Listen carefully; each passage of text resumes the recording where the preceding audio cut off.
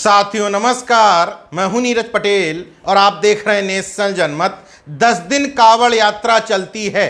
उस दौरान school, college, अस्पताल, रास्ते सब बंद रहते हैं, लेकिन महज 20 मिनट के लिए ईद वाले दिन अगर सड़क पर नमाज पढ़ ली जाए तो सरकारों को तकलीफ हो जाती है।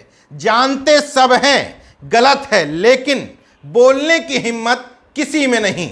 ये बयान नगीना से आजाद समाज पार्टी के सांसद चंद्रशेखर आजाद का है। हिंदू धर्म की आस्था का, देश सबकी धर्मों की आस्था का सम्मान करता है। हिंदू धर्म की आस्था है, 10 दिन कावड़ चलता है, सारे होटल बंद होते हैं, अस्पताल बंद होते हैं। कई बार ऐसा हो कि अस्पताल जाना होता है लेकिन उनका साथ जा नहीं सकते, कोई और को जाते हैं, परेशान होते हैं। लेकिन क्योंकि उनकी आस्था को ठेस ना पहुंचे और उनकी धर्म में कोई रुकावट ना, तो लोग सहते हैं उसको, सहते नहीं सहते। लेकिन 20 मिनट अगर ईद वाले दिन नमाज हो रही है तो कह रहे होने नहीं देंगे, ये वहीं पढ़ो, ये वहीं पढ़ो। आप मुझे बताओ, ये सामूहिक होती है, ईदगाह पे होती है, तो सब लोग इकट्ठा होते हैं, तो कह रहे नहीं करने नहीं देंगे, करने नहीं देंगे, ये हो जाएगा वो हो जाएगा। तो क्यों, ये क्या है, देश एक ही धर्म का है, तो सब नहीं जानते ये बात गलत है, लेकिन किसी की हिम्मत नहीं है। ये बयान सामने आने के बाद सत्ता पक्ष को जितनी मिर्ची लगनी थी वो तो लग ही रही है। विपक्ष भी परेशान है, क्योंकि विपक्ष ने मुस्लिम वोट बैंक को अपनी बपौती मान लिया था।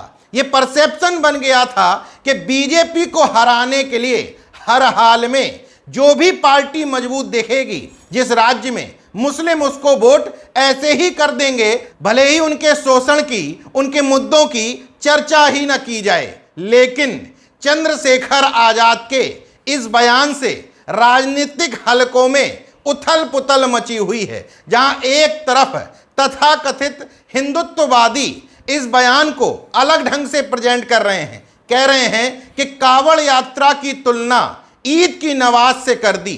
अगर इस पूरे बयान को आप ठीक ढंग से सुनेंगे, बिना बायज्ड हुए, ना इस तरफ और ना उस तरफ, तो आपको स्पष्ट नजर आएगा कि चंद्रशेखर आजाद ने संवैधानिक तौर पर बिल्कुल सही बात कही है। संविधान की प्रस्तावना में भारत का स्वरूप जो पंथ निरपेक्ष रखा गया है, उसमें लिखा हुआ है उपासना की स्वतंत्रता। मतलब कोई व्यक्ति किसी धर्म को मानता हो उसको आजादी है, और कोई अगर किसी धर्म को ना मानता हो तो उसको भी आजादी है। चंद्रशेखर आजाद ने स्पष्ट तौर पर कहा, मैं सभी धर्मों का सम्मान करता हूं।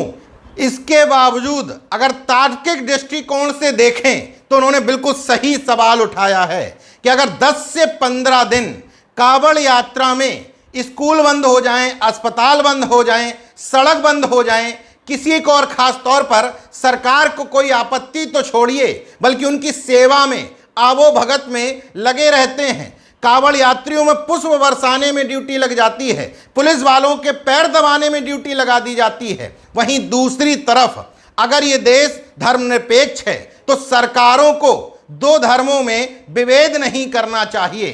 खास तौर पर बीजेपी की सरकारें इस मामले को बढ़ा चढ़ा करके प्रस्तुत करती हैं कि हमारे राज्य में हम ईद की नमाज भी सड़कों पर नहीं पढ़ने दे रहे। तो अगर किसी की नज़र में कावड़ यात्रा धर्म और आस्था का विषय है तो फिर ये भी धर्म और आस्था का विषय है। अगर वो सही है तो ये भी सही है, और ये गलत है तो उसको भी गलत कहना होगा। चंद्रशेखर आजाद ने अपने बयान में महज यही बात उठाई है, क्या ये देश केवल एक धर्म के मानने वालों का है? अब चंद्रशेखर आजाद के इस बयान पर कन्नौज के पूर्व बड़बोले सांसद सुब्रत पाठक का बयान सामने आया, क्योंकि वैसे भी इस समय कोई पूछ नहीं रहा, तो कम से कम इसी तरह के मामलों में बयान देके चर्चा में आ जाया जाए। लेकिन उन्होंने जो बयान दिया है वो चंद्रशेखर आजाद के बयान का सही जवाब नहीं बल्कि कुतर्क है।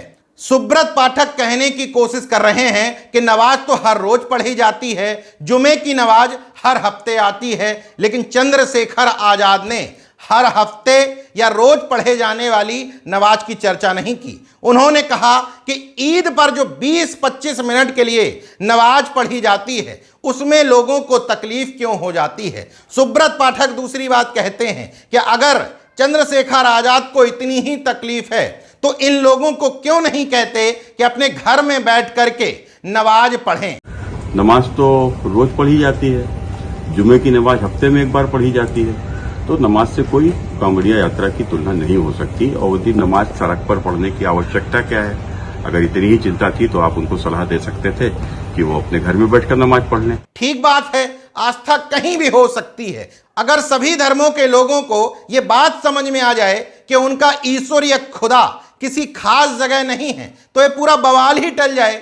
लेकिन समस्या ये है कि आप नमाज पढ़ने वालों को अपने राजनीतिक एजेंडे के तहत ज्ञान दे रहे हैं, दूसरी तरफ दूसरे धर्म को अपने एजेंडे के तहत प्रेशर और बढ़ावा दे रहे हैं, तो स्वाभाविक तौर पर एक समुदाय में असंतोष तो पैदा होगा ही। बहरहाल चंद्रशेखर आजाद के बयान को अगर गौर से देखें तो उन्होंने न कांवड़ यात्रा का विरोध किया है न नमाज का समर्थन, बल्कि स्पष्ट तौर पर कहा है कि अगर 10 दिन की कांवड़ यात्रा में तकलीफ नहीं है तो 20 मिनट की ईद की नमाज में तकलीफ क्यों हो रही है। दरअसल ये बयान देकर के उन्होंने जहां भारतीय जनता पार्टी के धार्मिक और कट्टर एजेंडे को उजागर किया है, वहीं बीजेपी विरोध के नाम पर मुस्लिमों का वोट लेने वाले विपक्ष पर भी सवाल खड़ा किया है कि सब जानते हैं कि गलत है लेकिन बोलने की किसी में हिम्मत नहीं। तो सब नहीं जानते ये बात गलत है, लेकिन किसी की हिम्मत नहीं है।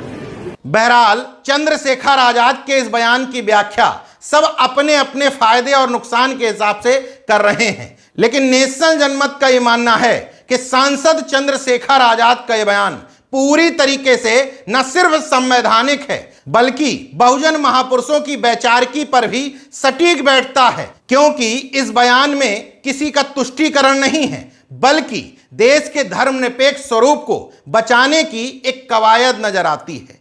देखते रहिए नेशनल जनमत, जागरूक और सजग बने रहिए।